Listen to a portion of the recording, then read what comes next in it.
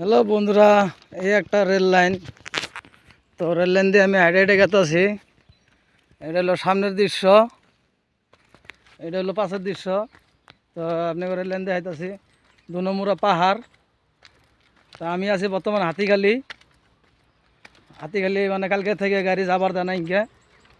তো ভাবলাম যে একটা রেল লাইনে যাই, এর একটা ভিডিও বানিয়ে নিয়ে আহি।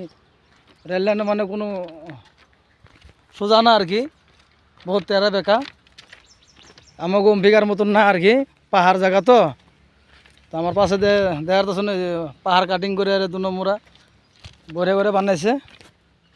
এটা হলো হাতিখালি। তো আমি আছি বর্তমান হাতিখালি আছি।